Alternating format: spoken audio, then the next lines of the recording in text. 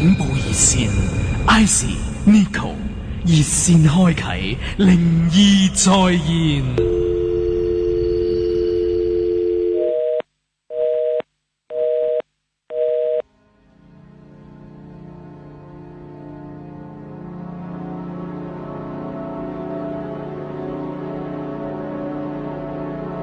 翻到嚟星期六晚嘅恐怖熱線啊！今個禮拜除咗有我 Icy， 有我 Nico 咧，仲有我哋嘅嘉賓洪師傅喺度嘅。各位好。咁我今日嘅主題咧就係一啲嘅城市傳聞。我相信大家，我同 Icy 就年幼啦，我扮住年幼先啦。咁但係咧係啦，咁我哋都都聽過一啲可能前輩啊，或者係一啲爹哋媽咪啊講過一啲咧有關香港嘅城市傳聞嘅。咁我自己最深刻嗱，其實我唔係好知件事情始末係點樣，但係我最深刻印象咧就係我媽咪同我講過咧，唔知喺邊一度嗰個大廈雲石咧係曾經出現過一個狐狸嘅形象咧，係越嚟越現，然後發生一啲嘅唔好嘅事情係咁樣。嗰個銅鑼灣，係咪？我唔知喺邊度，因為我淨係聽過個雲，即係我就記得雲石同埋狐狸嘅。咁跟住我完全唔知個古仔係點樣嘅。咁其實古仔係點嘅咧？其實咧嗱，話說好多年前啦，即係都係我個年代噶啦。咁就話嗱，傳說啊，有嗰陣時係未有黃色暴雨、黑色暴雨同紅色暴雨嘅。咁咧有一日就落雨落得好誇張嘅，同埋行雷閃電嘅。應該如果我冇記錯，應該係我聽翻人講就係80年頭嗰段時間，我唔肯定我個年份啦。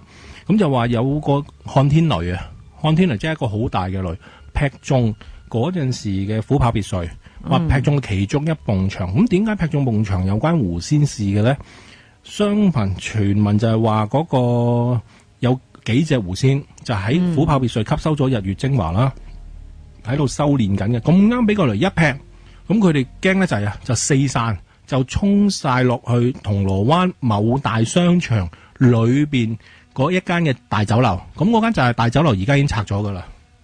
但係嗰陣嗰個大廈就叫做溫莎大廈啦，係啊，而家已經不改咗名啦，溫莎公爵係啦，咁 OK 啊，呢個可以講得。咁然後衝咗落去啦，咁然後點樣啲人發現突然間即係佢新裝修之後就發現咗佢有個咁嘅形象喺個開頭就冇人知嘅。咁咧咁啱咧喺嗰個大酒樓咧就有一對新婚夫婦擺嗰個喜宴啦。咁係滿月酒嚟㗎？滿月酒係後面啊。最初咧就話傳聞中啦吓，嗱有兩種講法，有一種就話滿月酒先，但有一種就話個新婚夫婦先。咁嗱，我當個新婚夫婦先啦。咁就個新郎同新娘擺完酒咧，嗰個新郎喺職場暴斃嘅。咁咧後尾咧就話嗰個新娘個家人去問米啊，就問米個過程咧就係話嗰個新郎想翻嚟啦，話俾佢聽佢係俾狐狸害死嘅。咁就覺得好得意啦！咁嗰陣時未揚嘅件事，即係話點解會俾狐狸害死咧？咁就一路佢哋去追查啦。咁後尾咧就有個滿月酒嘅事件啦。個滿月酒咧個 B B 咧喺擺滿月酒嗰晚咧，亦都係當場暴斃嘅。咁個傳說就話個 B B 驗屍咧就係話佢全身冇晒血嘅。咁喺佢喺嗰個家人嘅當中咧，有啲人有陰眼嘅，就見到個 B B。個頭上邊啊，即係嗰個屍體個頭上邊咧，係踩住幾隻狐狸喺度噶。同埋佢後尾咧就係話佢哋個家人係有請啲法師咧，嗰啲法師亦都係話通過通靈嘅技術啦，就見到有啲狐狸係淨係個 B B 個頭就喺度，淨係得個頭嘅啫。但係上面係踩晒啲狐狸咯，同埋圍住個 B B 咯。咦，我呢度咧又有另外一個傳聞咧，反而咧佢哋就係講緊佢哋夢中見到啊，有一個狐狸就咬住嗰個 B B 嘅。跟住驚醒咗之後咧，佢就發覺個 B B 係冇晒血色、冇晒呼吸咧。跟住之後送到去醫院，發覺咧已經係突然間有啲突發性嘅病咧，就令到佢死亡嘅。係啦，咁係咯，亦都有傳話係全身嘅血被吸乾。係啊，但係呢兩篇嘢其實有冇，即係呢兩件事件其實有冇出過新聞嘅咧？即係我反而想問下，因為譬如話有 B B 滿月酒嗰陣死咗，我相信係一單新聞嚟噶。咁但我就定係嗰陣純粹係傳言嚟嘅啫。呢個由始至終有冇出新聞就好似唔覺啦，係啦。嗱，反而我就記憶中係好似人俾我睇啲相噶，係嗰埲牆上面有即係狐狸嗰啲影子嘅相，好似係仲有人流傳緊出嚟嘅，不過就唔係好清楚黑白照咁樣啦。唔知收音機旁邊嘅聽眾會唔會有？有就可以鋪翻去我哋個呢個傳聞都好，即係炒得好熱嘅嗰陣時，就係話嗰幾隻狐仙呢，後尾呢就係喺裏邊匿埋啊，就攝咗入嗰啲雲石度繼續修煉啊。咁當然啦，後邊仲有個傳聞嘅，咁又有個法師去將嗰幾個狐仙呢，最初後尾個傳聞就話佢翻咗台灣嘅，唔係噶。最初仲有一個傳聞就係個法師去到啊，啲狐仙驚得滯啊，就走咗去北角有間酒店嘅外牆。嗱，但係嗰間我諗嗰間酒店唔開得名啊，嗰間酒店仲喺度噶。哦，咦，喺渣華道。係啱啦，就係呢間啦，係啊。嗯，係啦。咁之後點樣樣？咁但係佢就冇。咁後面呢，就係話炒到好興，好嗰個熱話好犀利啦。講個根本上每一日咧都過千人去睇嘅。咁後尾嗰個溫莎宮嗰間商場咧，為咗即係唔想啲人咁驚啊，就揾布冚住嘅。咁最後咧，除佢走落北角之後咧，就話有一個狐仙家族嘅後人啊，就將佢哋帶翻去台灣嘅陽明山莊啊，咁將佢哋收翻去就繼續修煉。嗰陣時曾經台灣有啲傳媒都報道過㗎，嗰個人呢，嗰位狐仙嘅後人呢，佢係唔肯對住鏡頭嘅，但係佢企喺個山前面呢。佢嗌嗰啲狐仙呢，個山竟然突然間呢出晒霧噶，係全部遮晒個山喺半小時內。咁你話可能係天文現象呢個唔知啦。當日我睇嗰個台灣去訪問呢一個狐仙後人呢，佢真係試過2次，佢做咗2次呢個實驗噶。到第二日呢，天朗氣清噶啦，佢又去翻個山度陽明山嗰度嗌嗰啲狐仙出嚟，咁突然間啲霧呢又再次出現，因為佢哋話呢，重新狐仙修煉嘅地方呢，傳說中係多數係霧嘅。佢遮住佢嘅真身啊嘛。哦，咦，我想問翻嗱，琥珀別墅嗰件事咧，係總共其實係咪有幾隻嘅所謂嘅狐仙狐狸咁樣樣？係傳聞中咧，有人就話係7隻，但有人就話9隻，亦都有人話佢係5隻。其實真正嘅數目咧係眾說紛紜啊。其實琥珀別墅喺早年期嘅香港咧都好出名嘅，又話咩佢個地獄圖啊，因為吸濕咗日月精華啊，又話會喐啊嘛，同埋話個塔啊嘛，佢哋有裏邊有個塔咁叫虎塔啊嘛，成日咧都會見到一個白色影嘅女士行上去坐喺度，即係睇嗰個風景啊嘛。但係據嗰度做嘢嘅工人先生或者小姐講咧，係冇呢樣嘢噶嘛。但係呢個傳聞係傳得好犀利噶嘛。Nico 有冇聽過啲乜嘢啊？關於呢啲嗱，咁其實咧，頭先師傅就話嗰個狐仙係俾人請咗落去陽明山北角嗰個酒店先啦，就再去咗台灣啦。咁但係咧，亦都有傳聞咧，就係話嗰個溫莎大廈嘅嗰個地方咧，其實咧為咗呢一件事咧，都有一啲嘅改動嘅。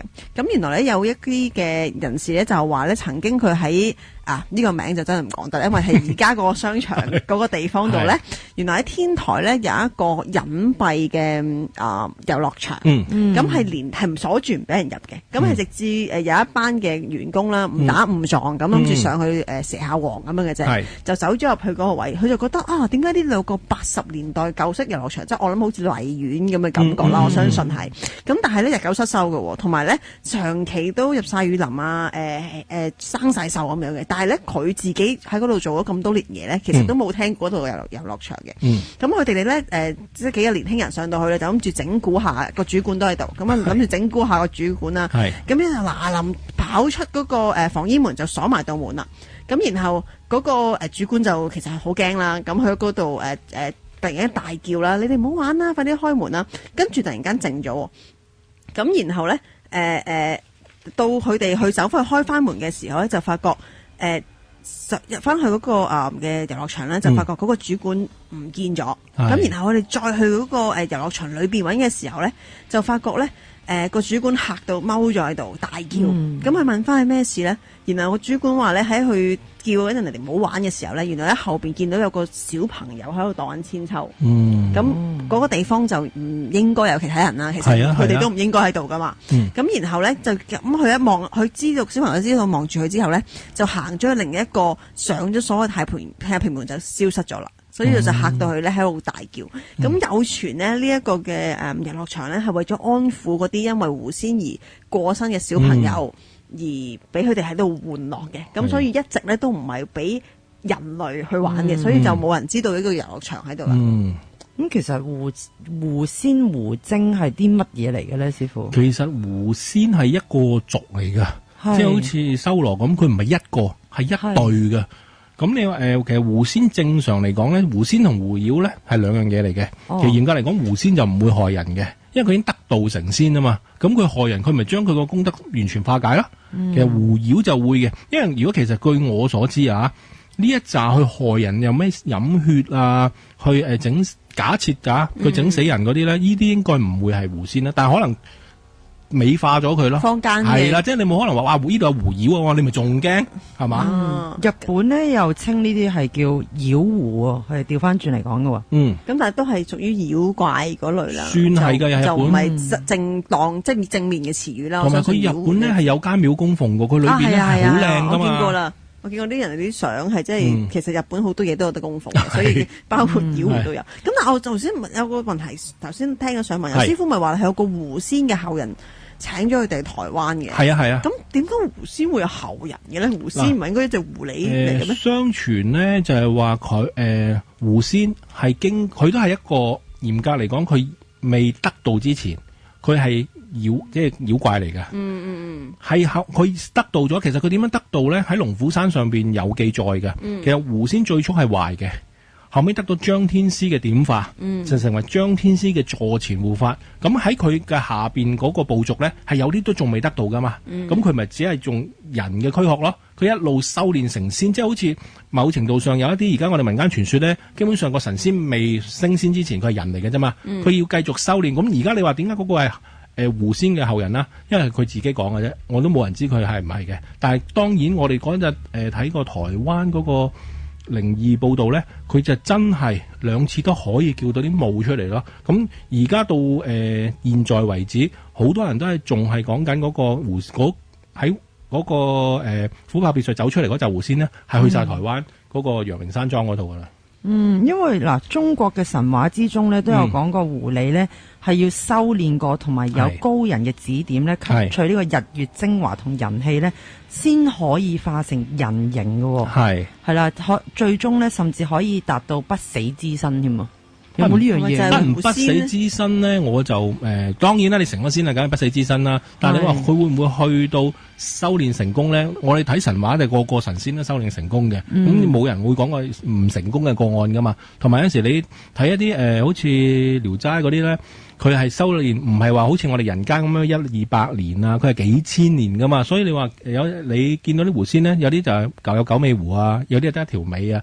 相傳咧，越修煉得長時間咧，佢嘅尾巴就越多嘅。呢個係傳說翻嚟係咁講。咁因為個法力又會高啲嘅。係啊，就係咁啦。聽到咧就係講話如果係吸取夠呢個靈氣啊，個尾巴咧就會1分為2，2分為3咁樣樣，咁分到去咧9條嘅時候咧，就係最犀利嘅時候。係啦，嗱，調翻轉嚟講啦，如果佢係咁艱難去修煉成仙，佢點解會翻嚟害人呢？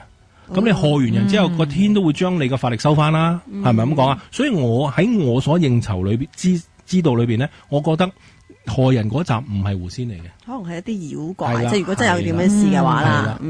咦，咁如果唔係仙的話，咁而家我哋有陣時帶啲佛牌啊，或者拜狐仙，咁究竟係啲乜嘢嚟㗎？其實你帶佛牌嗰啲，同埋我哋要睇翻個佛牌係乜嘢啦。咁你拜狐仙其實好似我哋拜神啫嘛，拜黃大仙。咁而家拜狐仙，佢只係個民間習俗唔同啫嘛。你供奉個對象唔同，其實冇問題㗎。咁同埋咧，狐狸咧，通常我哋聽得最多嘅即係都係負面嘅，都狐狸精。狐狸精啊，係咪一定係女？係啦，成日都嗰個形象係一個女士。咁嗱，亦都我聽有啲人啦去拜狐仙嗰啲咧，都係啲女仔嚟嘅。咁係咪淨係女仔先至可以拜狐仙，定係還是佢淨係有利於女仔嘅咧？嗱，其實咧，如果佢去到仙界咧，男人女人拜佢都冇乜大分別嘅。咁你話成功個案，你而家聽謠傳即係傳說翻嚟咧，多數係女藝人啊、artist 啊，甚至係嗰啲模特兒啊，多數係女仔拜佢就成功個案多啲嘅。咁可能男仔成功個案都唔奇啊，不過佢唔好意思喺個電視度講俾你聽啫嘛。即係你話，但係喺我個應酬咧，其實狐仙係一個部族啊嘛，佢一定有男有女嘅。即係唔係每一個狐仙或者狐妖啦嚇，做確都可能係女孩子，有機會係男性嚟嘅。因為咧我有個朋友好似話係拜狐仙嘅，唔知係佛牌啊定係真係屋企有供奉啦。咁佢就話手定係腰間係唔可以低過唔可以高過腰嚟攬住嘅，反而唔可以，因為好多佛牌都係唔可以低過腰嘅。係啦，佢就係反而話即係手度定係真係腰間咁樣樣咯。唔係因為咧，如果你係計泰國嚟計咧，正牌即係佛嗰啲咧就一定唔低得個腰嘅，以示一個尊重啫。咁有陣時你話咁點為之唔低得個腰啊？我哋係對佛法嘅一個尊重啫。咁有陣時你烏低身，咁個牌咁會掂到你個腳或者成，咁係咪有問題咧？其實唔係嘅。咁好多人就將狐仙定義為之陰牌啦。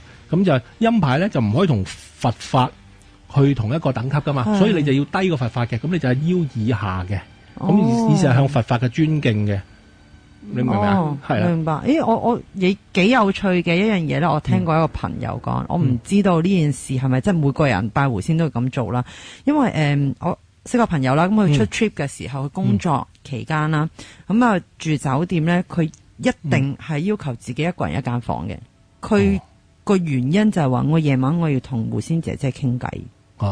會唔會佢對號入座咗咧？係咯，我就係唔知，我覺得好奇怪。我真係，但佢係唔係好風生水起先做到？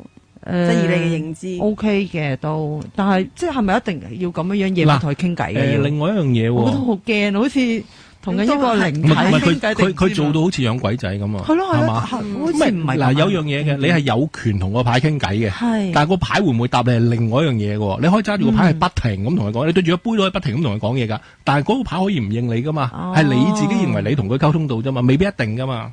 咁當然啦，佢有權做佢喜歡嘅嘢，同埋講來講去都係嗰句咧。你做咗之後，你心安理得嘅，你會覺得舒服嘅，你咪不妨做啦。你同埋佢有樣嘢好喎，佢自己間房啊嘛。如果你同另外一個模特兒一齊一間房，隔離嗰個就驚啦。嚇親係嘛？同空氣對話咁樣見到佢。可能佢就係試過一次，就同其他嘅 model 一齊同一間房，就嚇親另外一個啦。一定會啦。所以以後就即係寧願係咁樣。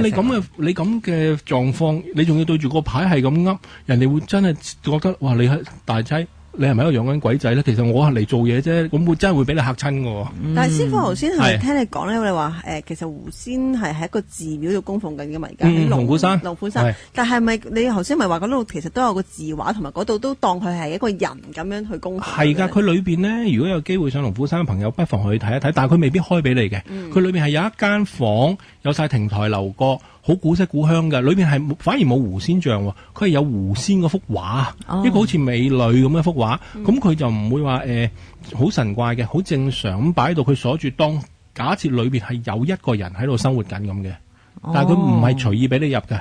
咦，同埋我想問下咧，嗱，我有傳聞話拜狐仙呢係求呢個狐媚術嘅，狐媚術究竟係啲乜嘢嚟？嚴格嚟講，狐媚術就即係好似萬人迷咁咯，即係例如你見親人哋係人都好中意你啊，即係覺得你個人好受歡迎啊，好顛倒眾生啊。嗱，顛倒眾生要好明確嘅一樣嘢，唔係話唔正經嗰邊嘅，即係好似一啲藝人咁。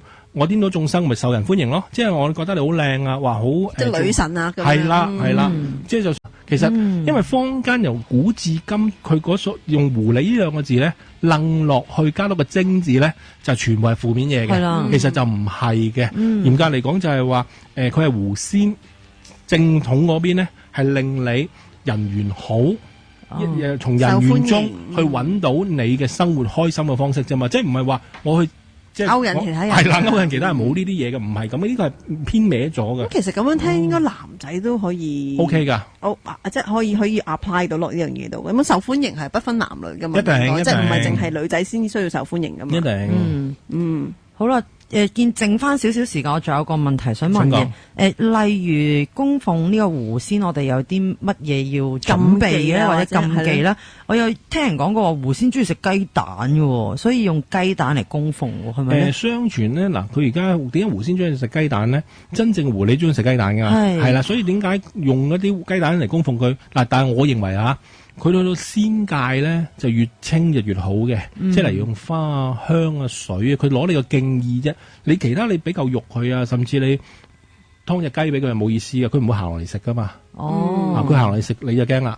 咁無啦啦要拜緊佢走落嚟食嗰隻雞，係嘛？冇可能噶嘛。即係其實拜神、拜仙、拜佛都係你係禮佢啫嘛，用你個心去向佢敬意，係希望祈求佢嚟保佑你啫嘛。而家你唔係去用嘢去行賄佢，order佢嚟幫你做嘢啊嘛，兩樣嘢嚟嘅。哦，所以其實如果想供奉嘅話，即係咩都可以嘅，心意係最緊要嘅，一切從簡啦。好啦，咁我哋去一去廣告先，轉頭翻嚟繼續恐怖熱線。翻到嚟第二節嘅恐怖熱線啊，繼續有我 Icy， 有我 Nico 同埋我哋嘅嘉賓洪師傅喺度嘅。咁啱啱上一節咧，我哋講咗好多關於城市嘅傳聞啦，包括狐仙啦。咁今次咧，我哋就想講香港另一個地方啦，喺呢個金融中心咯，可以去做，都有一個好以前流傳嗰啲奇怪嘅傳聞嘅。其實佢嗰個就係美利堅大廈啦。美利堅大廈個原址喺邊呢？就係而家喺嗰個新型嗰個中資銀行嗰度啦。哦，即係銀紙上面見到。係啦係啦。咁其實佢嗰個最出名嘅傳聞係乜嘢咧？就係話有一個政府部門，嗱有兩種講法嘅。有一種講法就係話成個政府部門所有打字機，第二朝早翻工啲人咧就見到全部擺晒落地下嘅。咁我形容下個打字機係咩？唔係話而家先進嗰啲咩電子機，唔係嘅。佢嗰個打字機係大到咧，一個成年嘅男人一個都好問先搬得起嘅，即係好重好大嚿嘅。好重，佢形容下即係好似舊式電視咁上下。你以前舊式電視咪有個好後邊好厚嘅大牛龜咁樣。係啦，差唔多啦。咁如果你話一個成年嘅女士一個冇可能搬起，起碼2或者3個先搬得起嘅。咁你諗下，咁點解你話一步就咁啱有個人搬落地下啫？係成個寫字樓所有打字機一閂咗門之後，唔知幾時一開翻道門，即係第二日翻工啦，全部係搬晒落地下嘅。呢個係傳聞一。傳聞二係仲得人驚，就係話咧嗰個打字機係擺咗到你第二朝翻工啊，係全部擺晒落櫃桶裏邊啊。咁你會諗吓，咁點擺啊？咁最得意就係一樣嘢咧，當日係曾經我睇翻一啲圖書館裏邊嘅報道啦，係話見到嗰啲人係拉開咗之後咧，係冇辦法攞翻部打字機出嚟啊！佢直頭要係請人咧，將個櫃桶褪咗出嚟，將個櫃桶旁邊拆開啊，先可以將部打字機攞翻出嚟。咁好啦，咁點擠落去咧？其實鬧鬼嘅傳聞就係由嗰陣時開始好誇張、好犀利，一路越傳越盛啦。第二個傳聞係咪即係都係所有嘅打字機都係全部擠晒落個櫃桶度？係啊。咁都幾古怪啊！因為係咯，點樣入咧？最緊要就係啦，同埋嗰部機應該都好似師傅話齋，應該都係幾重。一來重咧，二來政府部門佢唔係咁容易俾你入去噶嘛。就算嗰陣舊式都個政府都係唔會立亂俾你入。以前嗰個美利堅大廈係一個政府部門嚟㗎。政府OK。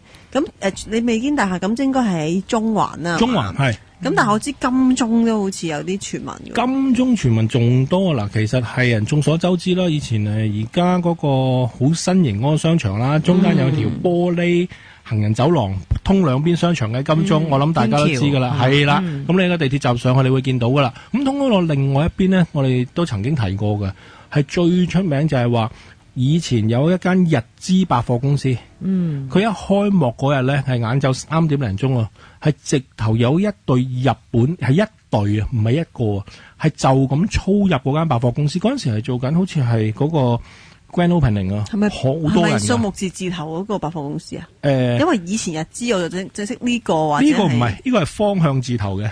係啦，咁我知啦，我知啦。而家仲有冇？而家冇啦，改咗名啦，啱啱改咗名，係啦，改咗名，啱係。咁佢就成隊操入去啊！咁一路操，其實係當時係有好多 counter 嘅朋友咧都睇到㗎。咁跟住都仲未得人驚，佢一路操到去盡頭，全部入晒埲牆。哇！當時最得人驚就因為佢係開緊張啊嘛，好多高層都喺度啊。咁冇得拗啦，仲要係晏晝嘅時間，你夜晚3點幾日光日爆，嗰度入到太陽嘅。咁自此之後咧就傳聞就係即刻釘板，佢就登內部裝修，就話喺裏邊做咗大型嘅法事，做咗3日。咁之後就傳說就冇咗一隊日軍啦。但係話成日一閂門之後咧，嗰啲衫咧咪有啲膠公仔嘅，嗰啲衫係全部自己會撈亂晒嘅。男裝嗰邊去晒女裝嗰邊啊，女裝就去晒男裝嗰邊啊，即係每一日翻工啦，傳聞咋。啲人都要係由頭執過晒嘅。嗰個商場係舊啲嗰邊嗰個定係新啲嗰邊？新啲嗰邊嗰個。哦。但係呢個我知喺邊。但係呢個傳說喺銅鑼灣而家拆咗嗰間，頭先你講啦 ，number 字頭嗰間都係好出名嘅，又係地牢啊嘛。嗰個就童裝部，童裝部每一日話閂完門之後咧，都會有嗰個好多嗰啲小朋友喺度玩嘅，係玩到所有玩具啊、衫褲係咪全部亂晒，好似打完仗咁嘅。每一日翻去咧，嗰啲sales 姐姐、sales 哥哥咧都係執差懵嘅。呢個傳聞傳咗好耐㗎啦。但係金鐘嗰個係中層嚟㗎嘛，唔係地庫嚟㗎嘛，係而家你一入去上一層就係嘅，因為我前排去嗰度。唔係地庫嚟嘅。咁其實你話呢個傳聞，你金鐘仲有咩咧？嗰陣時喺而家停車場嗰邊啦，即係喺頭先我哋講嗰間中資新型銀行對面，而家係停車場嚟噶。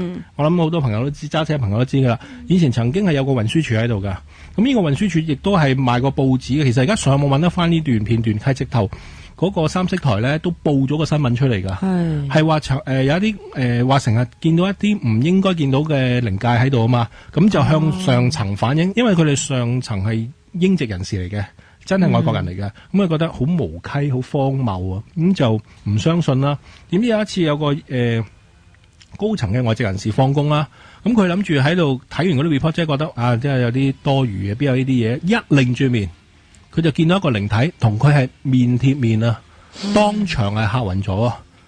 咁自此呢個人之後咧，就據聞就佢就向翻當時嘅政府匯報啦。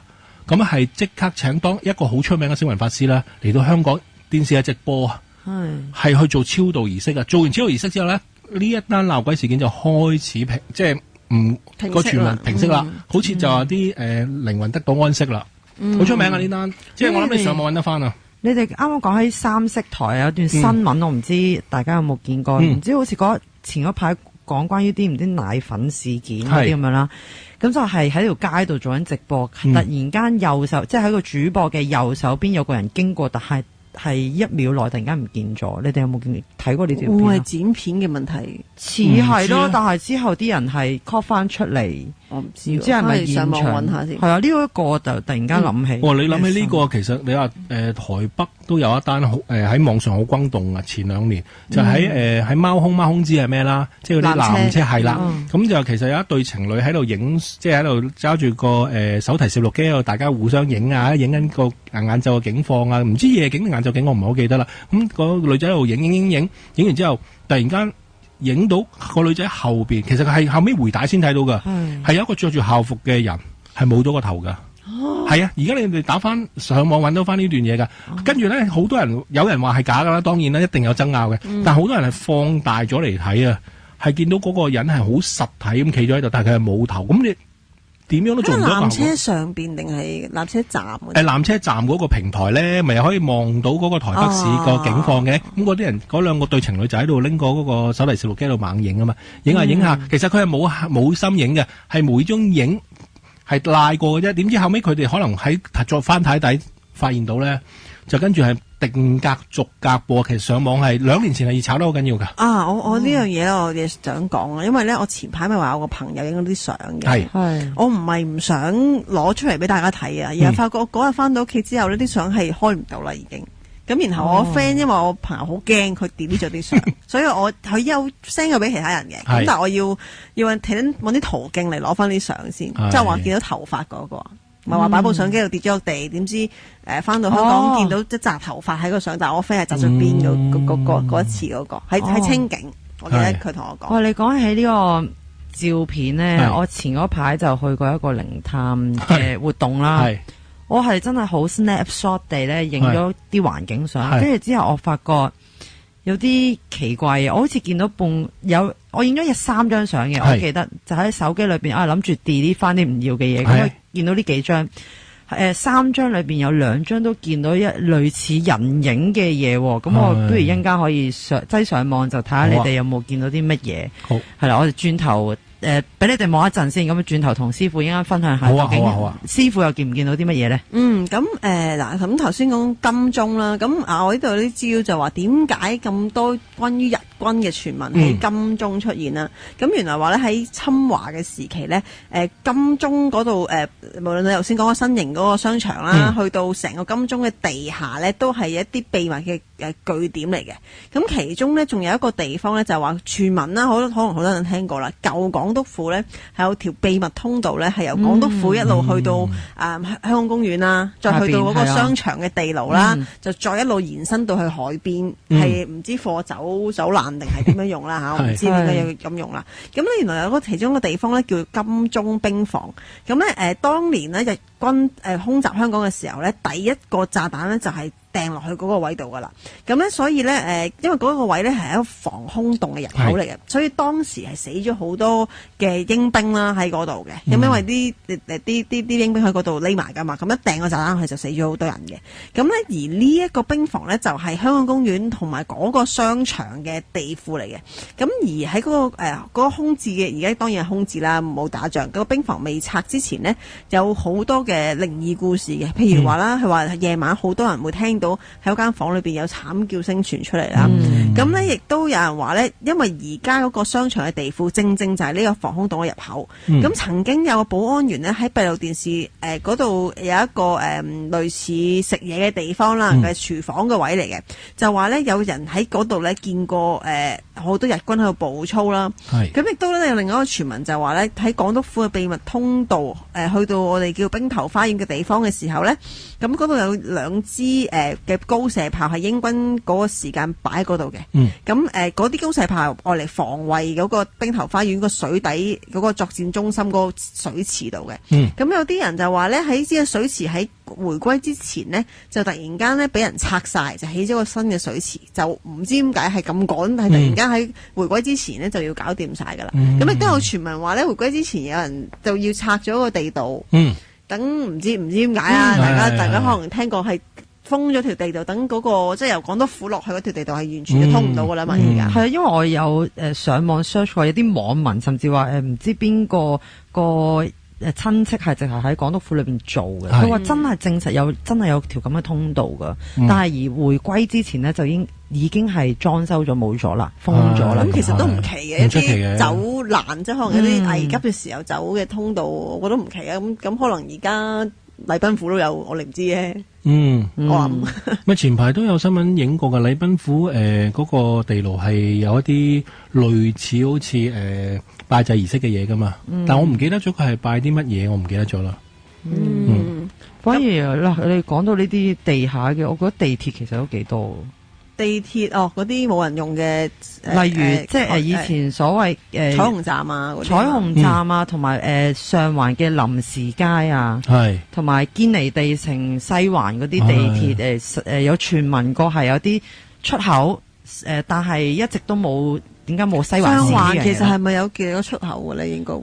上環本身臨時街係一個出口，其實我覺得因為好老實啦，地鐵係好方便嘅嘢嚟嘅。我唯獨是覺得上環係好麻煩，佢係唔知要搭勁多層樓梯先上到去，因為佢係總站啦，我當佢一條線嘅總站先。但係上到去咧，佢嗰個出口係淨係集中喺個位，你係要行到上地面，你先可以去上環其他地方噶嘛。但係其實其他而家好多個大站咯，我哋叫都會可能係車頭一邊、車尾一邊都會有啲地方係上地面，等你方便。我覺得上環係古怪，即係我唔知係因為設計定係有其他原因啦。我哋個人覺得上環站係好古怪嘅，同埋佢有一層係冇列車可以用到嘅。係，即係一層隧道位係冇車，有一層係啊。我唔知要行咁多層先上到嚟咯。嗱，因為咧以你哋肉眼見到嘅咧，以我所知一列嘅列車係有8卡嘅，我唔記得我有冇記錯。佢只要係見到一半嘅啫，當係4卡，當係真係有8卡嘅一半係4卡。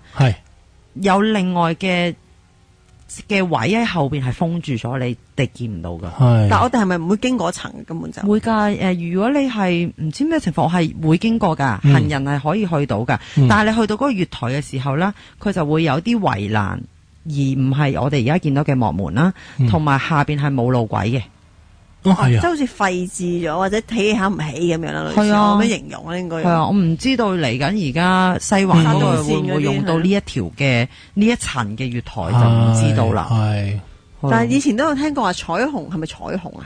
中間即係你來回係見到對面嘅嘛，但係中間有條路係你唔知，即係我未搭過啦，我唔知嗰條路係咪唔開嘅。其實開噶，我搭過。呢個我唔知，我淨係記得係話嗰陣時熱炒得好緊要，就話喺油麻地紅衣女鬼啊嘛，跳落個車卡啊嘛。係啊。跟住成個車嗰啲好多人見到就話報警啊嘛，報完警之後咧就話消防嚟咗啊嘛。成架車起啊嘛，不單止揾唔到屍體啊，係一滴血都揾唔到啊嘛。但好多人見到有個紅色衫嘅女士跳落去，成個月台啲人都見到。係啊，呢個好經典。嗰陣應該冇幕門，冇㗎，嗰陣時冇，所以先即係有幕門呢回事，因為危險咯，都係。咁啊係。係啊，尤其是啲金鐘嗰啲站咁鬼多人。係咯。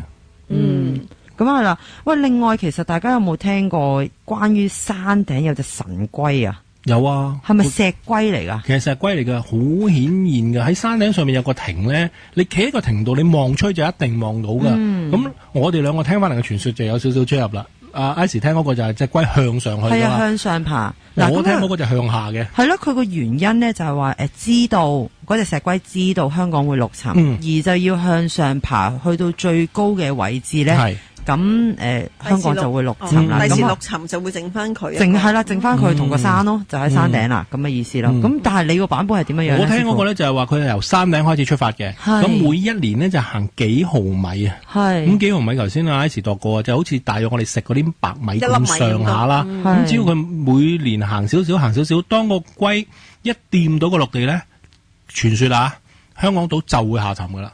哦，其實呢個係已經係60年代開始已經係一個好瘋傳㗎啦。其實關唔關於灣仔會展呢？因為啲人都成日都話佢好似一隻龜向水裏邊爬咁樣。因為咧以前就有人講過，即係嗰啲龍脈嗰啲我唔識啦，師傅比較識啲。咁就話咧，佢話唔知靈龜同朱雀啊嘛，好似話嗰靈龜有一日搣up到個朱雀就唔知會點樣咁樣。好多種講法。朱雀我就唔知喺邊度，靈龜就係會展啦。係啦，佢後尾佢而家網上炒得好興嘅，好興合嘅，就話如果嗰個會展嗰隻龜落海咧，咁香港嗰個氣數又盡啦，係好多講法嘅。隻龜就會爬，即係游嚟香港啦，因為隻龜就代表住帶住啲好旺氣咁樣類似。如果隻龜有一日係爬到落海嘅話咧，咁我哋個氣數就會盡㗎啦。仲有一種講法就話科學館係佢個蛋啊。係好多種講法㗎。其實所以啲人就話唔可以填海填得咁乜嘢。如果隻龜可以第一日接觸嗰隻蛋，因為佢係一個九龍一個喺香港㗎嘛。即係如果填海填到已經可以 touch 到嘅話咧，佢就攞隻蛋咧就會落翻海就走。係啦，走㗎啦。記得係好似。咁呢個就係風水啫，但係嗰個傳聞咧就係嗰隻石龜咧。就係一個我哋一路以來嘅傳聞嚟噶嘛，啲靈異傳聞。其實而家係近呢10幾20年唔再講噶嘛。以前呢，一講完之後咧，好多人上嗰個山頂嗰個亭啊，你企喺度你就望到噶啦。你有冇見過？我去過。係點樣噶？可唔可以形容幾大噶？幾大啊？即係好似好簡單啫。我舉個例，好似望夫石啫嘛。你望上去咁，好似一個你望落去，可能啦前面物化啦，啲人講下，再講下你覺得真係好似喎。咁就話好似真係直頭係有個龜背啦，我見到就有個頭部啦，同埋腳我就好似唔係好覺啦，尾我又唔係好覺啦。但係你望落去真係好似石龜咧，我見個方向咧就佢向下嘅，但係我見到啫。咁可能我頭尾撈亂咗啦，可能但係我見嗰時就真係好似嘅。但係你話幾年後我再去望咧，我又唔係覺得佢好喐喎。可能真係話因為幾毫米啦。係咯。幾毫米啊，真係未必太大嘅分別啦。咁講起石咧，咁其實香港都仲有另一個傳聞係關於石頭嘅。咁傳說喺屯門三聖村啊，大家都好中意去食海鮮嘅。咁就話咧，原來嗰度咧有嚿神石咧事件咧喺70年代發生嘅。咁就話咧嗰陣咧仲要成功逼到當時以英國人為主導嘅殖民地政府咧，因為咁而修改個城市規劃。咁話說當年呢，咁你知屯門對我哋而家嚟講，可能都唔係新市鎮啦，都可能發展咗10零年啦。咁就係70年代開始咧，殖民地政府就想喺嗰度發展新市鎮啦。咁通常你知發展新市鎮必定要搞好條通道，即係我哋而家講嘅屯門公路啦。咁當時咧喺呢個嗰陣嘅屯門海岸線呢，就有一嚿咧高約啲資料就話啦，高約3.3米，闊約2.3米嘅大石嘅。咁其實咧嗰陣我哋叫青山灣嘅地方咧，其實嗰個海岸好多唔同嘅怪石嘅。咁但係呢一塊咧就係最大嗰一塊。咁當時咧政府就想將嗰度發展新市鎮啦，咁咧就要填海起三聖村，咁同埋拓展嗰條叫青山公路啊。原來咁當然啦，你要將海邊嘅石頭全部處理晒，你先至可以鋪到條靚嘅路噶嘛。係。咁喺工程初期咧，咁就其實都幾順利嘅。咁嗰啲細嘅石頭咧就全部俾人鑿晒噶啦，大嗰啲咧就會用爆破型即係清除嘅。咁但係當將要爆破呢一嚿石嘅前一晚咧，竟然全部嘅工人咧都染上咗怪病，令到嗰日嘅工程咧就完成唔到。咁其後咧，每一次有人想爆嗰嚿石嘅前一日咧，嗰啲嘅工人咧就會無故身體不適噶啦。咁咧大家都覺得會唔會係呢嚿石有啲咩靈氣，其實係唔可以觸碰嘅，咁就所以個個都唔敢開工。咁但係咧，因為呢一嚿石就喺擴建嘅圖則裏邊啦，咁而政府嘅說法就當然一定要清除啦。咁當時咧有位嘅當時咧就有工人咧發現咧呢嚿石爆破咗之後咧，竟然咧有啲紅色嘅液體咧喺個石裏邊流出嚟嘅。咁有啲人就更加對有靈氣呢件事咧就言之鑿鑿啦。有人咧佢話因為嗰嚿石咧喺呢個叫麒麟崗嘅地方啊，咁就話係麒麟崗嘅鎮山之石就有靈氣嘅。咁咧但係當時有一位嘅外籍嘅高官咧，就當然佢哋係外國人啦，咁就唔係好信呢啲咁嘅說法嘅。咁就佢就堅持好我自己主持去爆破呢嚿石啦。咁點知咧喺爆之前嗰一日咧，呢位高官嘅兒子咧就據聞啦，就命喪喺一個交通意外裏邊。咁所以咧，自此咧，就呢個說法就更加多人講啦。所以咧，而家咧就啲人咧就將呢個麒麟崗呢個怪石咧就即係請咗上呢個三聖廟啦。而家嘅咁同埋咧，亦都同呢啲嘅政府官員周旋到底咧。所以而家嗰段青山公路咧係真係特登兜過呢嚿石咧行出嚟嘅。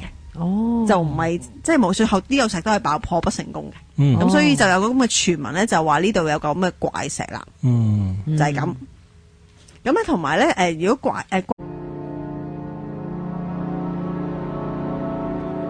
翻到嚟第二個鐘頭嘅恐怖熱線呢，繼續有我 Icy， 有我 Nico 同埋我哋嘅嘉賓洪師傅喺度嘅。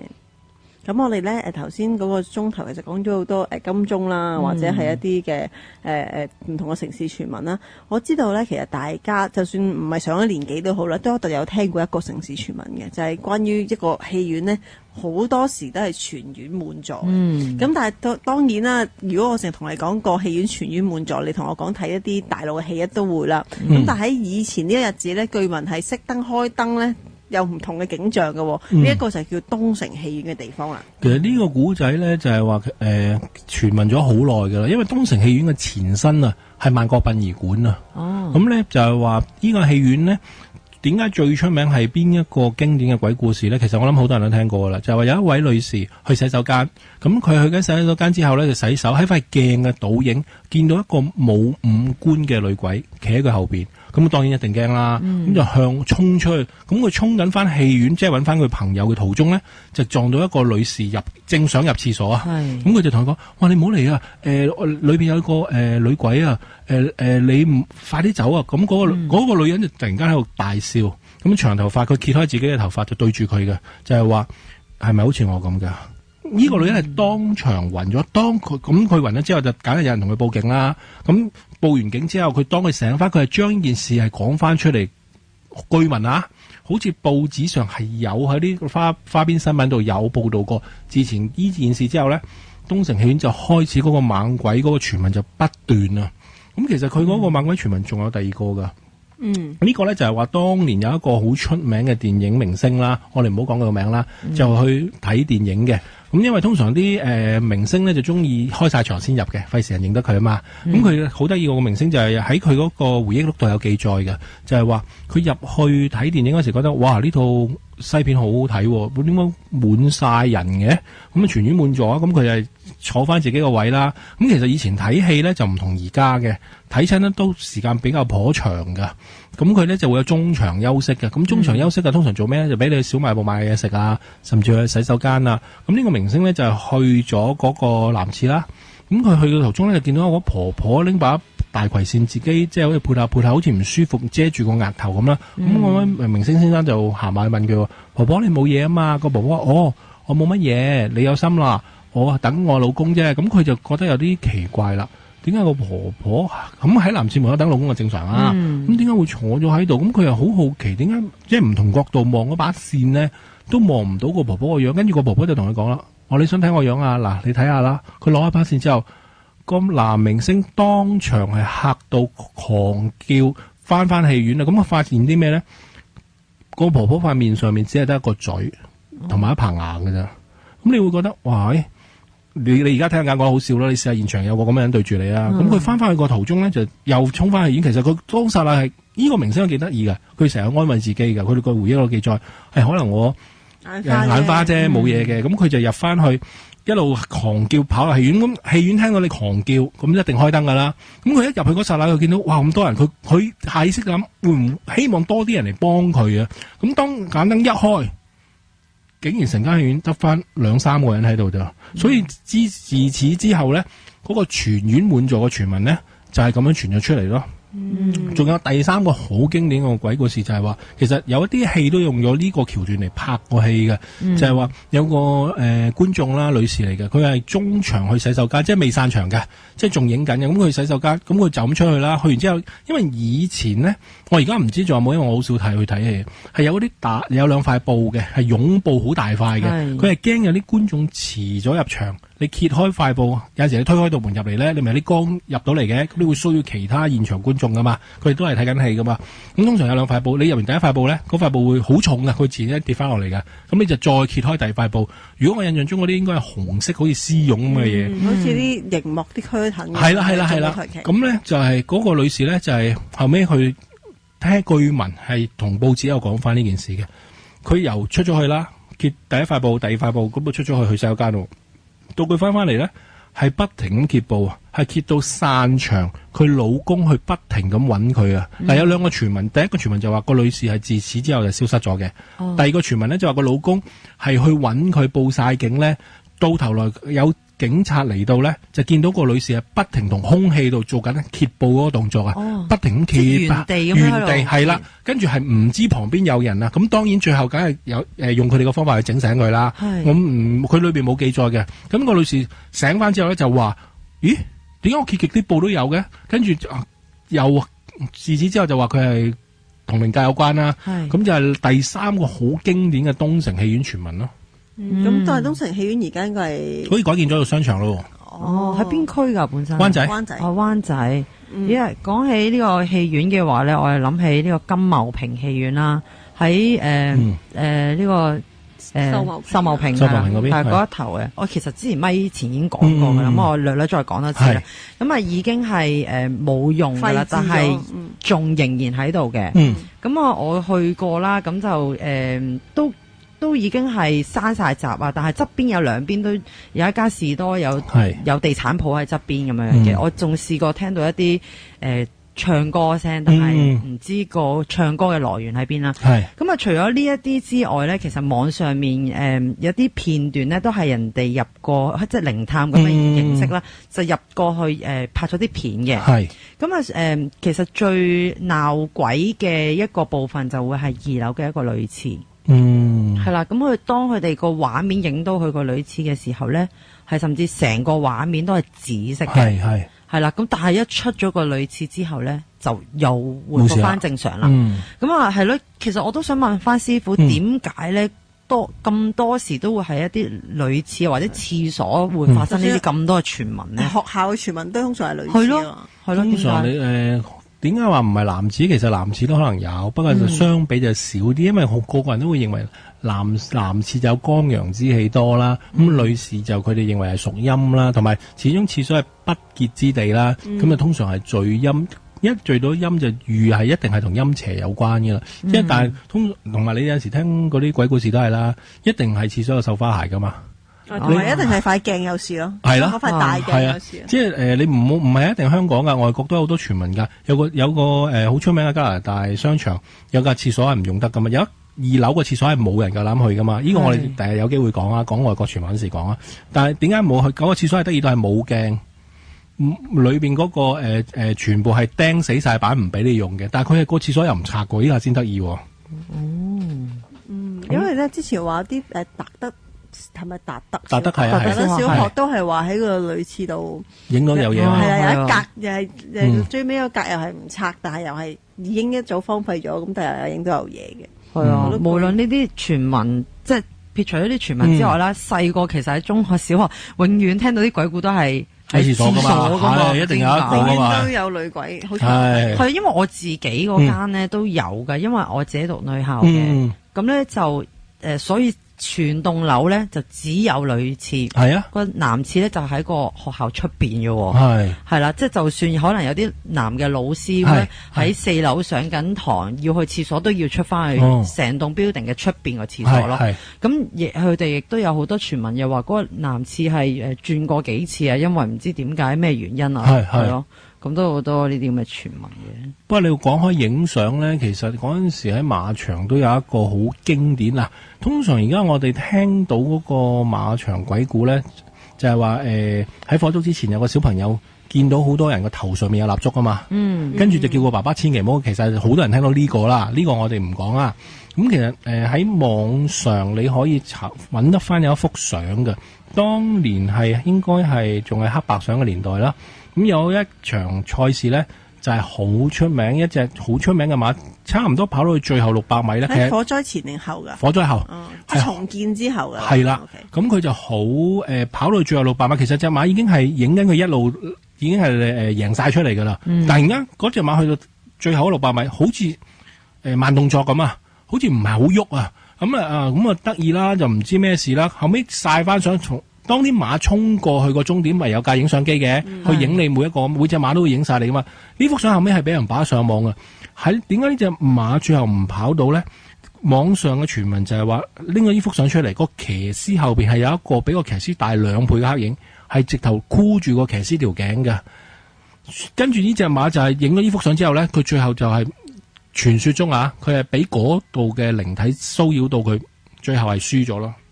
即係隻馬輸咗，隻馬輸咗，直頭輸咗，成場輸晒。最後嗰600米佢直頭好似慢動作，唔係好識喐嘅隻馬。後尾晒翻相出嚟，一定要分析噶啦，係出咗呢幅相，最後俾人哋，佢就唔係擺上網，嗰時係擺上報紙嘅啫。咁而家我諗最近我喺網上都見得翻呢幅相嘅。咁講開相片，頭先我哋咪話我之前去靈探嘅我就俾師傅睇過嗰2張相啦。咁師傅其實見到啲乜嘢咧？其實我就冇咩見到。嗱，你講嗰2個影咧，我就唔係好覺啦。我反而覺得旁邊呢嗰個好似一個光圈咁嘅嘢咧，就似個骷髏頭仲多啲啦。師傅咧講緊嗰個咧就係我哋第一張相啦，你就會見到有一道門嘅。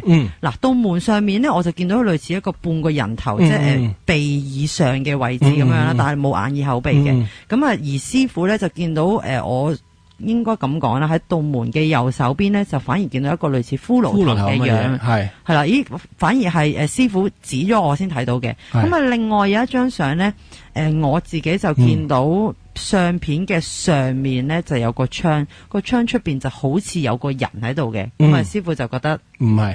我就覺得好似有啲嗱，你望落去係似嘅，好似有晒骨架咁人頭，跟住有膊頭咁樣嘅位置嘅。我試下抄唔抄得翻？好耐以前有個聽眾寄過一幅相俾我睇嘅，佢直係黑白唔係黑白菲林嗰啲有菲林底嗰啲相咧。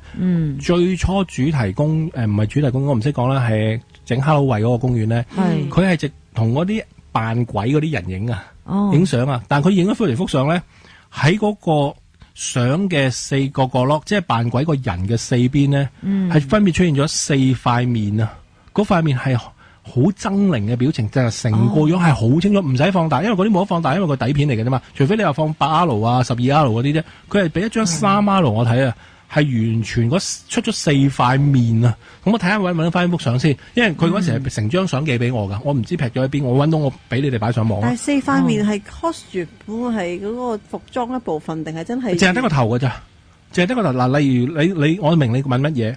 呢個嗰個人係企喺中間啦，咁嗰個影相嗰個寄俾我個觀眾係翹住嗰個扮鬼嘅人啦，而喺佢上面凌空係有2個頭出現。而喺嗰2個人大約係腰間每邊都有1個頭出現，咁唔係全部正面個，有啲係側面，有啲係正面，但係正面係影到佢個樣係好嗰個靈體現出嚟個樣係好猙獰噶，係零零舍舍同嗰幅相係格格不入噶。如果你話一般嚟睇咧，你話係數碼機咧，你就會覺得似即係 key 上去嘅。其實嗰幅相我試下抄唔抄到，抄到我俾你哋擺上網。因為師傅可能唔知啊，其實我喺嗰度做咗好耐嘅，係啊，喺嗰個活動度返咗好多年工。咁我之前都有請過一啲舊同事上嚟講過一啲靈異嘅故事嗰度發生，其實都真係幾多嘅，以我所知。即係冇話街咧，我就比較少聽啲。真係喺個屋入邊咧，其實都幾多嘅。我淨係聽過有一個客人揾過我，因為佢驚咧就係佢嚟將佢見嘅嘢同我講一次咯。佢就話嗰陣時我唔知佢哋個工作程序係點啊，佢哋係唔知係搭纜車定上去上面嗰層，唔知成分定一式我唔知啦吓。佢話最經典嗰場就係話，佢就同隔籬個朋友講：咦，點解有啲工作人員喺個山度行上去？跟住個嗰人話。望完之後，嗰人係直頭完全冇講嘢噶，嗰啲唔係工作人員嚟噶。跟住佢再靜心諗，係工作人員點會喺個山度上？即係喺個海邊啊！咁你會話會唔會係即係非法入境者啊？正路非法入境者唔會喺嗰度上岸啊嘛？係行緊上個山啊，係直頭就咁慢慢步行啊。佢話大約見係6至7個人啊。係一路同人冇分別嘅，佢話即係唔會話特別爛晒啊、好恐怖啊、咩長頭髮白袍唔係噶，但係好細粒咯，因為你正常佢望落去咪係咯，所以佢咪覺得好得意咯。點解嗰度會有？佢以為係工作人員，正路你冇可能你個去玩嘅旅遊客，你冇無啦啦係行嗰座山嘅，俾你都唔會啦。會唔會係啲人釣魚咋？而家啲咪好興機釣嗰啲？咁肯定，因為我當時唔在場，咁佢就驚咧，就有咩嚟揾我，同埋問我，咁佢又冇影低，我又唔知。但係幾多個人影啊？見到佢話6、7個咯，係就咁行啊！佢係最匪夷所思一樣嘢就係佢一路行緊上嚟，佢係因為佢個纜車係上去好慢噶嘛，佢一路見佢行到去嗰個點講咧？上到去個纜車上面個總站咪有嗰間餐廳嘅，去個餐廳到一半，佢哋仲喺度就咁徒步行緊，正路冇乜可能可以一個正常嘅人，你可以行到咁穩陣，一路咁向上去噶嘛？即好似凌空行緊上去咁。又未知，佢又睇唔到佢係咪凌空，但係佢就話嗱，舉例嗰座山係比較斜噶嘛，你正路一個人行一個斜少少山，你個身係咪應該烏低啊？好似前面找，但係佢唔係嘅，佢係一個普通人照行，即係打斜晒90度，係類似啦。所以佢就覺得佢隔籬個同事都話：哇，呢啲唔會係人係嘛？跟住好驚。咦，講開呢個靈異照片，我哋一個越南嘅呢個恐怖熱線嘅聽眾咧，都啱啱分享咗一張相嘅，我可以 copy 擠上我哋嘅專頁度啦。得。Facebook.com/ghosthotline 997咧，我可以俾大家睇下嗰張相究竟係咪靈體定係造假嘅咧？係啦，咁我哋可唔可以形容下嗰張相？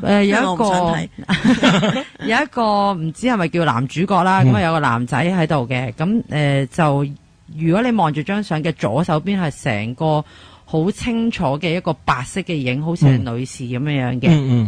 係啦，有好似有隱約有見到眼耳口鼻，我啱啱而家唔係幾撈到啊，所以我唔係幾形容得太仔細，大家可以轉頭望一望嘅。咁但係佢有冇講到張相係點樣影嘅咧？冇吓，可以再問下佢先。轉頭咁如果越南聽眾聽到都可以喺張相下邊留言，講翻你究竟係咩情況得到呢張相，會唔會係你自己嚟嘅咧？嗰個係啦，究竟係咪你？點樣影翻嚟係菲林？因為好老實，如果而家嘅數碼相咧，其實真係造假嘅機會係相當之容易，應該咁講。但係咧，菲林相咧就可能有啲曝光嘅問題，即係以前我哋有好多相都有陣時啲光圈嗰啲會唔會係個曝光啊，或者其他位反光？因為你知菲林相一撳就翻唔到轉頭啦嘛。咁所以係啦，我哋都雖然我哋今日講咗好多靈異嘅故事嘅，咁但係咧都希望我哋各位聽眾係以一個科學嘅精神咧，先去睇下有冇啲，唔好對號入座。係啦，唔好咁容易對號入座。譬如話廁所就真係個廁所都有人話係恐怖嘅，咁但係唔去噶嘛，咁未必代表屋企個廁所都有。係啦，但係冇可能唔去，即係個廁所都濕噶啦。哇，一隻嘅咩啫？冇錯，咁所以大家都用一個科學嘅精神咧去睇下個求知先。哇！咁我哋頭先咧就講開呢個狐仙啦。其實我想問下師傅，究竟精靈啊、狐仙係咪同一類嘅嘢嚟嘅咧？因為外國好似係講咩 fairy tale 嗰啲係精靈，講得好靚噶嘛，係啊。咁其實咧你話要嚴格嚟細分咧，你鬼再上就精，精再上就妖怪個妖，跟住一路咁上去計到魔啊，一路去嘅。即係當然啦，佢點樣分就睇佢個修煉情況啦。咁你頭先講緊個精靈，頭先喺咪佢有講啦。外國講得啲精靈就好靚噶嘛，係啊，但係中國就覺得好恐怖噶嘛。嗱，而家咧其實好多嘅呢個外國文學之中講嘅精靈係一啲尖尖地嘅耳仔啦，佢哋會喺森林裏邊工作嘅，咁亦都係長得非常之靚啊，有女有男咁樣嘅，咁佢哋舉止咧係好優雅噶啦，目光銳利啦，咁啊甚至咧係精於呢個戰法噶。咦，咁似一套戲嘅，唔知係咪咧？可能啲電影形容到好似係咁樣啦，但係其實正常嘅，即係應該係真實嘅精靈究竟係點樣？因為嗱，我自己有啲朋友話係見過啦，甚至講緊上次希莉上嚟都講過，話見到好高，好似一棵樹咁大嘅，嗰啲係咪精靈咧？甚至又有我啲朋友講話，精靈其實好細嘅，喺掌心度可以企喺掌心度咁細咁樣。其實我諗佢喺精靈嘅世界裏邊咧，都有分好多嘅。咁你話佢靚唔靚咧？講得直接啲啦，佢始終係嗰啲妖慢晒，有啲人見到個鬼同個人冇分別嘅。只係睇下你個第一心理投射咧，第二同埋佢想唔想俾你睇到啊？佢未必一定係想俾你睇到佢個醜樣嗰面噶嘛。咁如果即係其實精靈會唔會應該話點講咧？精靈會唔會淨喺外國先有咧？即係以你嘅我所認為唔會咯，全世界即係中國都會有一有芭蕉精啦。芭蕉精已經係啦，好出名噶啦。即係通常民間講話，千祈又是男士夜晚黑唔好過選隻手啲血滴落芭蕉樹啊。有陣時就話古老有個傳說，唔好試啊。即係呢個古老嘅傳說咋話咧？尤其是男士臨瞓啦，而家我諗市區好難啦。喺嗰啲芭蕉林裏邊咧，首先你就係拎一條紅繩綁住自己隻腳。係男士啊，我講緊，跟住咧。你就去瞓覺，咁你將另外嗰端嘅繩啊，紅繩嘅邊啊，掟入芭蕉林。咁你瞓一覺咧，你呢條紅繩就會喐噶啦。咁你就會引到隻芭蕉精嚟，即係搵你做朋友噶啦。咁當然啦，而家市區冇可能啦，你抌去邊啫？嗰個紅繩尾係咪先？全部實施森林。咁就算你喺農村，你唔好亂試啊！即係呢個只係蕉係咪即係蕉樹？蕉樹係。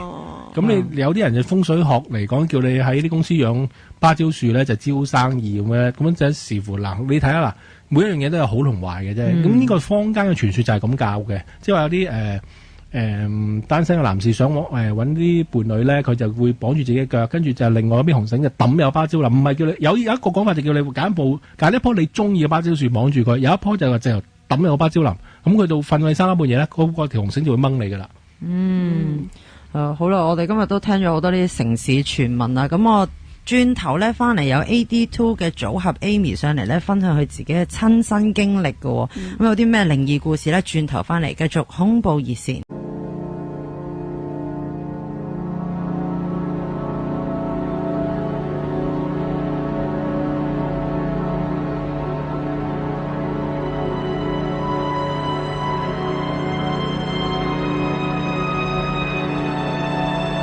翻到嚟恐怖熱線啊，繼續有我 Icy 咧，同埋我身邊嘅 AD2 組合 Amy 喺度嘅。Hello， 你好。哇，原來咧你自己都有好多嘅靈異經歷㗎噃。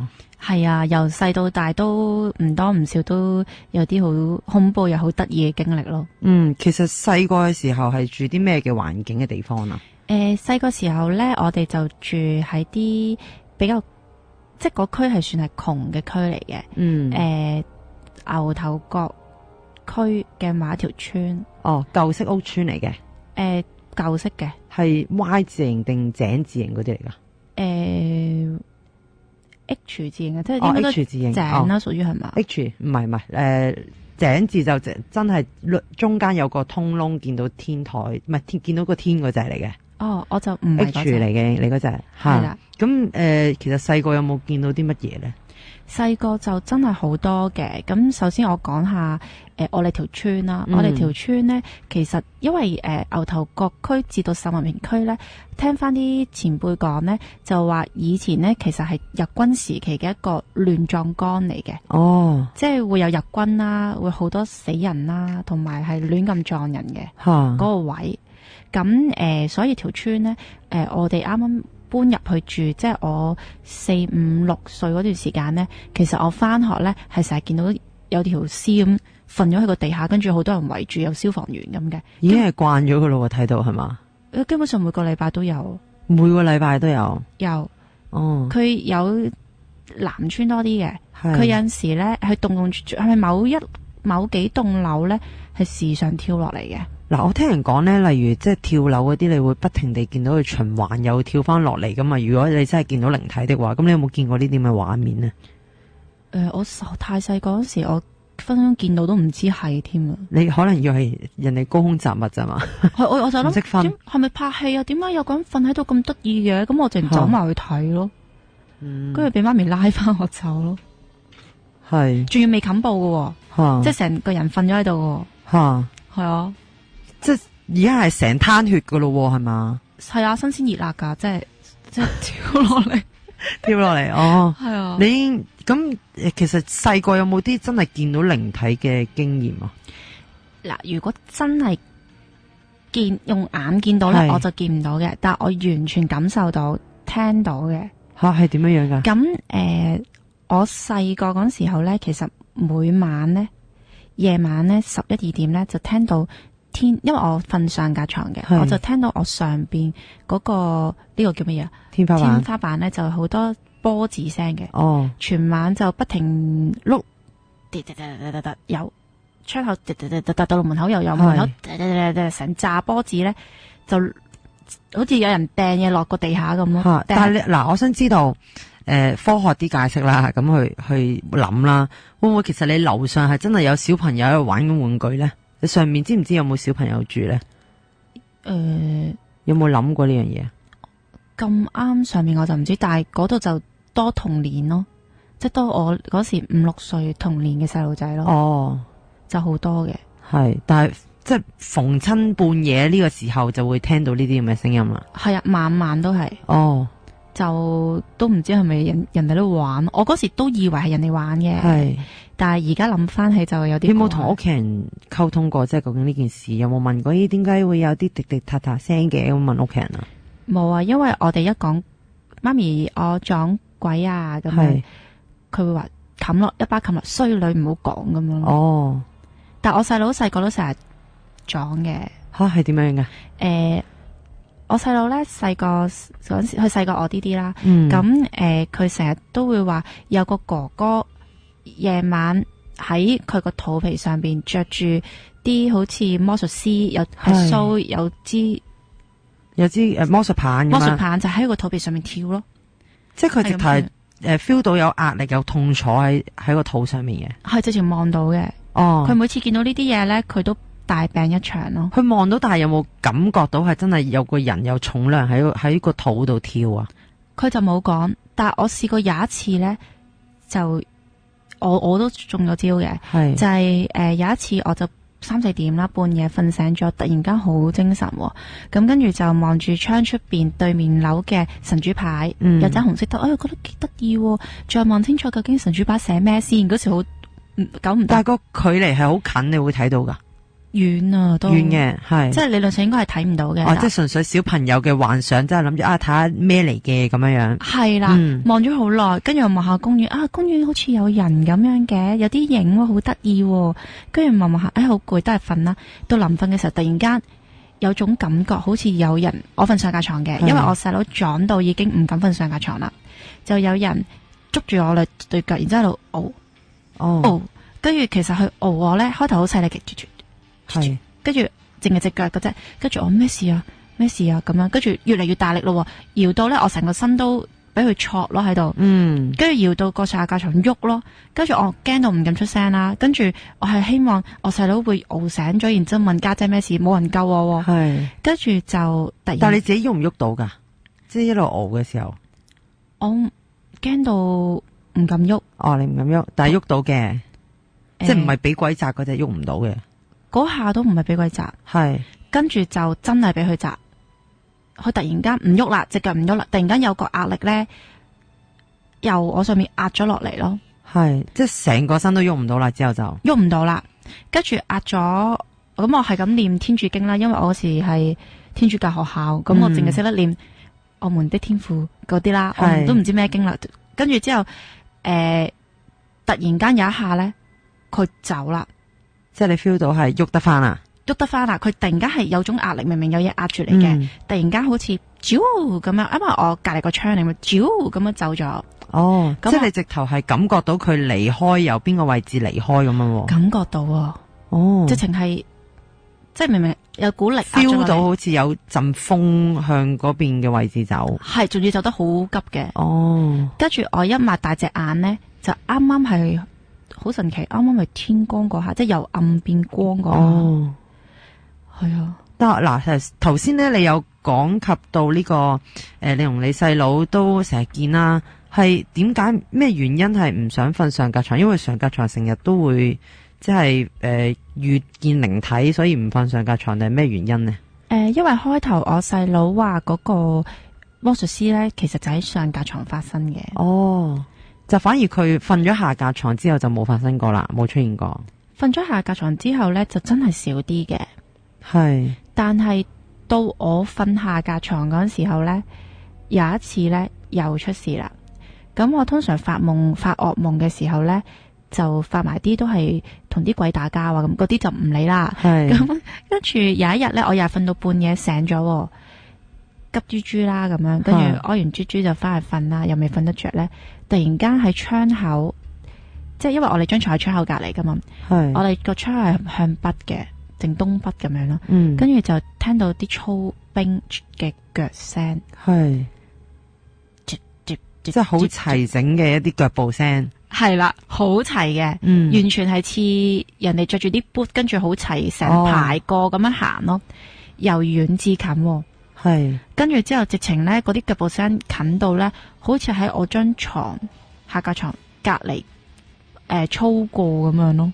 吓，你意思話係喺個窗出邊？嗯，好遠嘅，即係聽到啲好微弱，越嚟越嚟。但我想知道你住幾多樓咧？20，即係冇可能個窗出邊真係有人行過噶嘛？嘅層數啦，簡單啲嚟講，冇可能啊！吓，跟住我就聽到當其時你幾多歲啊？8、9歲啦，嗰時都。哦，但係就聽到疑似日文嘅嘢咯。哦，跟住咧，所以我好驚咯。但係跟住嗰陣時知道係有呢樣嘢未㗎？其實嗰時真係唔係太知嘅，即係淨係得個驚字嘅啫。得個驚字，同埋同媽咪講咧，媽咪就話你發惡夢啫，但係第二日就會有個問米婆上嚟喺度，唔知揾啲乜嘢嚟掃我個頭啊，燒啲嘢啊。即係其實媽咪都信嘅，純粹即係唔想整到你太驚啊，咁就去諗，去用佢自己嘅解決方法，就幫你去解決咗。最尾問米婆有冇即係幫到你解決呢個問題咧？其實又好得意嘅，個問米婆咧，佢每次上嚟咧，搵啲嘢掃我或者燒嘢咧，譬如好似我細佬咁啦，病到睇幾次西醫都未好嘅，一掃就好返。哦，咁樣咯，又真係有啲用嘅。但係即係嗱，問米婆上過嚟幫你哋掃完之後，係咪就見得少啲或者聽得呢啲聲音少啲咧？嗱，坦白講咧，我細個就真係時常噶啦，同我細佬，每次掃完就好似食咗藥，跟住好翻，跟住又再病過。哦，即係可能維持到一段短嘅時間，又唔係話好長咁樣。係啊，跟住又好就又撞到咯。哦，因為始終嗰個區咧比較，即係其實唔止我哋噶，其實我哋身邊啲同年齡嘅小朋友咧。好多都撞噶，因為我哋層樓都好多小朋友啦，咁我哋喺出邊踢波啊，直情有個細路仔咧對住人哋門口嘅土地公公喺度攞個波係咁踢落去，踢波係咁踢落去，跟住之後唔知過幾多日佢就嚴重地病咗咯，然之後好似後尾要佢跪喺個地主公嗰度跪咗喺度認錯，跟住就好翻啦。好多小朋友都有呢啲經歷咯。會唔會係即係可能細個唔識唔知道係咩嘅一回事？即係可能大人叫佢喂，你唔好即係對土地公公不敬啊！咁佢就可能當係一個玩遊戲咁樣踢佢啊，會唔會？係咯。不過呢啲要真係要尊重嘅，無論大家信唔信有土地公公呢樣嘢，我都覺得都係應該要互相尊重嘅。咁啊，除咗呢啲之外，其實係咪嗰一條村你自己都發生或者朋友仔發生好多事情啊？跳樓嗰度咧，就係之前就差唔多個禮拜都有人跳樓嘅，即係我啱啱搬入去嘅時候，後尾聽啲前輩講啦，即係有時吹水講開，係啊，呢度好猛噶，所以咧後尾就安咗個好大嘅觀音喺某幾棟樓嘅地底下邊有啲位係人哋入唔到去嘅，之後就少咗發生跳樓呢啲事啦，咁樣變咗為1年幾次咁樣。但係呢啲都係傳聞嘅啫。傳聞。但係其實都不停有人跳樓嘅。咁我哋呢條村隔離係有座山嘅，山上面呢就係有啲運動場咁樣嘅。係咪話有間戲院添㗎？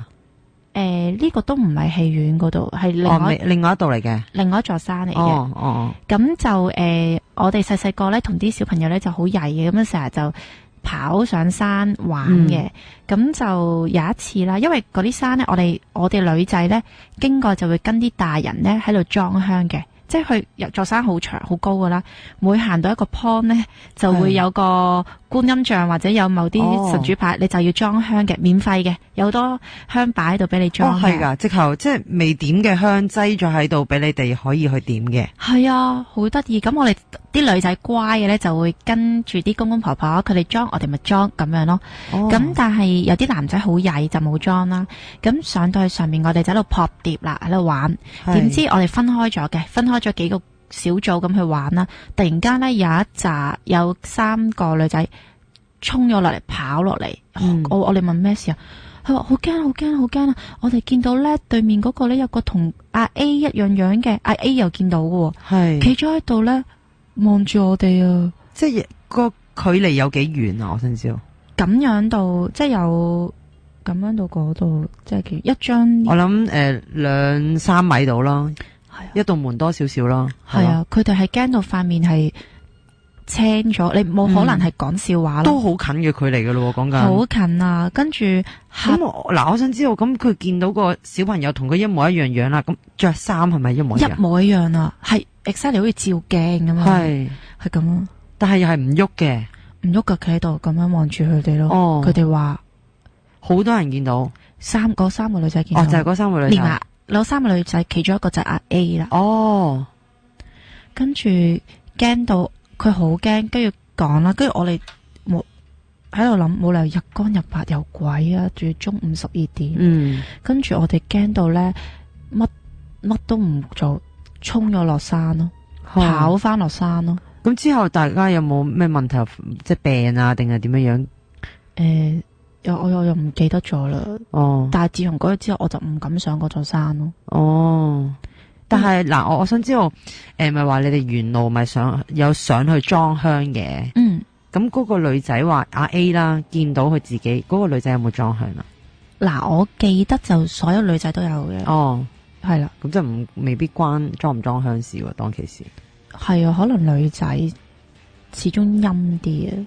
呢個真係唔知啊。可能又或者個地方嘅問題，因為我都曾經試過聽有個朋友講嘅一個經歷，就係佢見到當係啦，我見到嗱 Amy，你個阿哥咁樣啦喺條街度，咁我本身即係可能我哋識嘅，咁大家 say 完 hi 之後咧，發覺原來我同你講話頭先我見到你阿哥，唔係啊，冇可能個阿哥一直喺屋企，係啊，都類似試過啲咁嘅經歷咯，因為聽聞啦，傳聞話靈體係可以變到任何嘅樣子或者形狀都可以嘅，好恐怖啊！亦都聽聞話嗰個事主講咧，佢有去問過米咧，話嗰啲係歐雲使者，但係就唔知真定假咯，係啦，即係意思話如果當其時你阿哥要求話咩叫你去邊度啊，你跟住佢走咧，咁就會勾咗你個魂啦。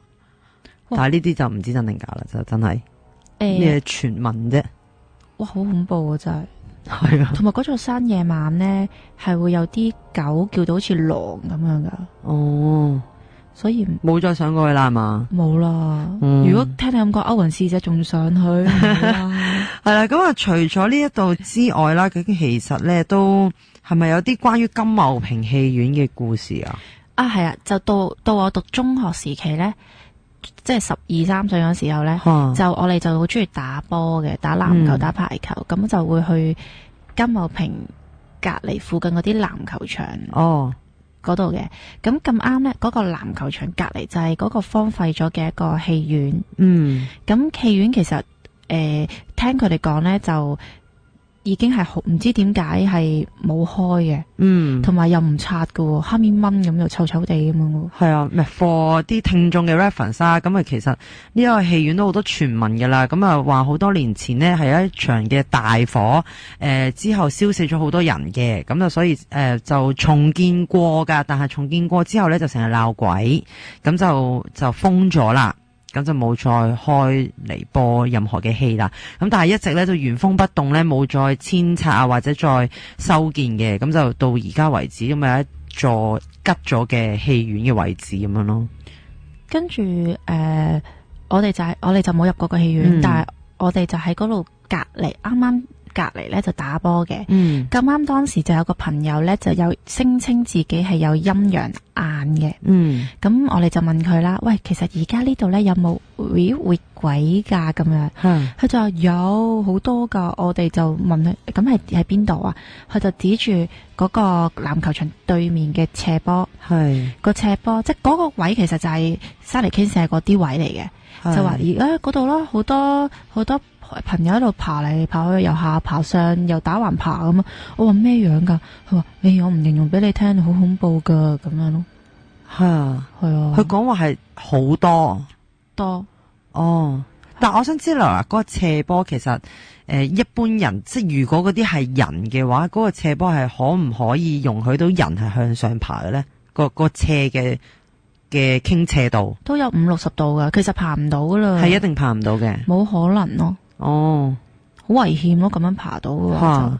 因為嗱，上次我諗相信聽過我哋節目嘅聽眾，我都曾經分享過一個啦，又係有陰陽眼嘅朋友仔同我分享嘅，咁就話靈體其實係會喺大廈外牆度爬噶，係講緊90度角嘅大廈外牆咯。咁所以呢啲嘅 case 又有啲似曾相識嘅感覺。我而家咧，我而家起雞皮，突然間好驚，講嚇親係嘛？係啊，講下除咗呢一啲嘅情況之外，其實 Amy 都仲有好多㗎，但係我哋節目係差唔多啦。我哋希望下一次可以請到 Amy 繼續上嚟分享佢嘅靈異故事啊！今日好多謝AD2嘅組合 Amy 喺度。